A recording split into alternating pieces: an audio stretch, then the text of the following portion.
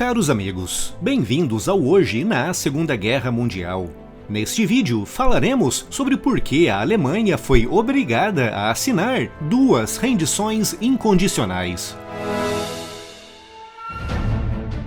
Venha fazer parte do clube de canais do Hoje na Segunda Guerra Mundial. Além de ajudar a manter vivo esse projeto, terá acesso a um grupo privado para o debate histórico desse importante conflito e também acesso a descontos exclusivos na loja. Para entrar, basta clicar no botão Seja Membro.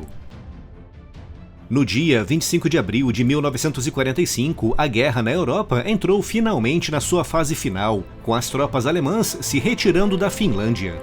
No dia 29 de abril, as forças alemãs na Itália, encurraladas no norte pelos aliados, incluindo a Força Expedicionária Brasileira, assinou a rendição incondicional de mais de 1 milhão de soldados. E no dia seguinte, 30 de abril, Hitler, escondido no seu bunker numa Berlim cercada pelos soviéticos, suicidou-se ao lado de Eva Braun, com a própria cidade de Berlim se rendendo incondicionalmente no dia 2 de maio. No dia 4 de maio foi a vez de mais de 1 milhão de soldados alemães no noroeste da Alemanha, na Dinamarca e na Holanda se renderem, com as forças alemãs na Bavária, no sul da Alemanha, e também na Europa Central, que correspondia basicamente a partes da Áustria e da Tchecoslováquia, seguindo esse mesmo caminho no dia seguinte e se rendendo incondicionalmente aos aliados. No dia 6 de maio, a Alemanha era governada pelo almirante Karl Donitz, indicado no dia 30 de abril por Hitler como o novo presidente da Alemanha, com o almirante Donitz autorizando o general Alfred Jodl a oferecer a rendição de todas as forças alemãs para o general Eisenhower, com o general Jodl deslocando-se até a cidade francesa de Reims, com a intenção de tentar convencer Eisenhower a não obrigar a Alemanha a uma rendição imediata em todas as frentes. O objetivo do almirante Donitz e do general Jodl era capturar primeiro as forças alemãs que estavam em contato com os britânicos e os norte-americanos no oeste, dando assim tempo para que pudessem segurar as forças soviéticas no leste para permitir que mais civis pudessem chegar às áreas ocupadas pelos aliados ocidentais. Mas o general Eisenhower se negou a discutir qualquer condição, ameaçando não aceitar a rendição na frente ocidental, obrigando-os a se renderem aos soviéticos. E ameaçou também retomar os ataques e os bombardeios aéreos logo no dia seguinte, levando o general Jodl a telegrafar a recusa americana ao almirante Donitz, que, sem alternativa, foi obrigado a aceitar a exigência dos Estados Unidos para a rendição incondicional, completa e simultânea em todas as frentes. Esse instrumento de rendição foi assinado na cidade francesa de Reims às 2h41 da manhã, com a rendição passando a surtir efeito às 23h01 do dia 8 de maio. O documento foi assinado pelo general Jodl, pelo general Gedel Smith e pelo general Ivan Susloparov, em nome das Forças Armadas Soviéticas.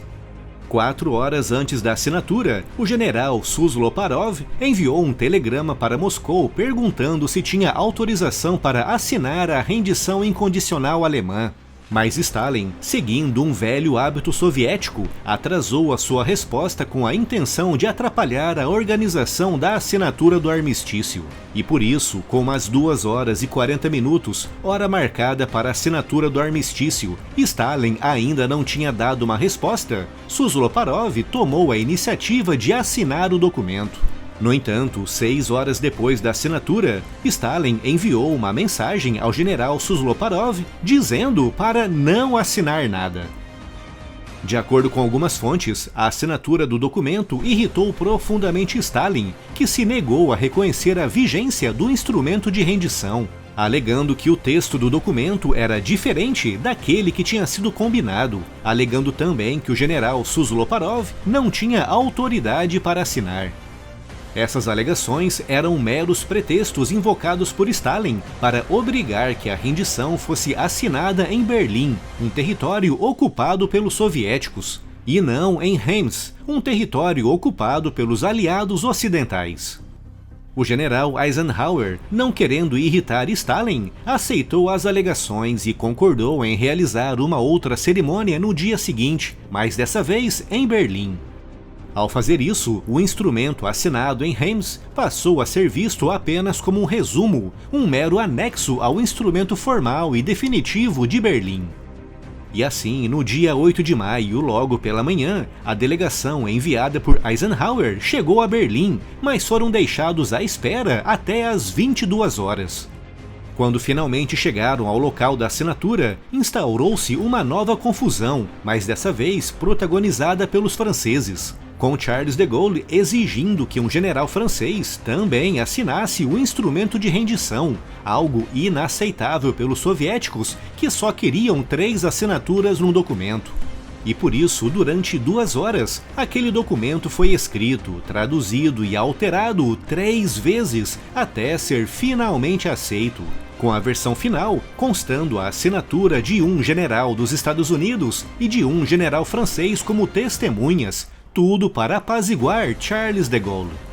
Tanto atraso significou que a rendição só foi assinada à 1 da manhã do dia 9 de maio, mas como queriam que a data a comemorar fosse no dia 8 de maio, não anotaram a hora exata, ficando assim como 8 de maio, com a versão definitiva tendo sido assinada pelo Marechal Zhukov, pelo Marechal William Tedder, pelo General Spaetz e pelo General de Tassigny, pelo lado dos aliados. E pelo lado dos alemães, as assinaturas foram dadas pelo Marechal Wilhelm Keitel, pelo Almirante von Friedeburg e pelo Coronel-General Stumpf.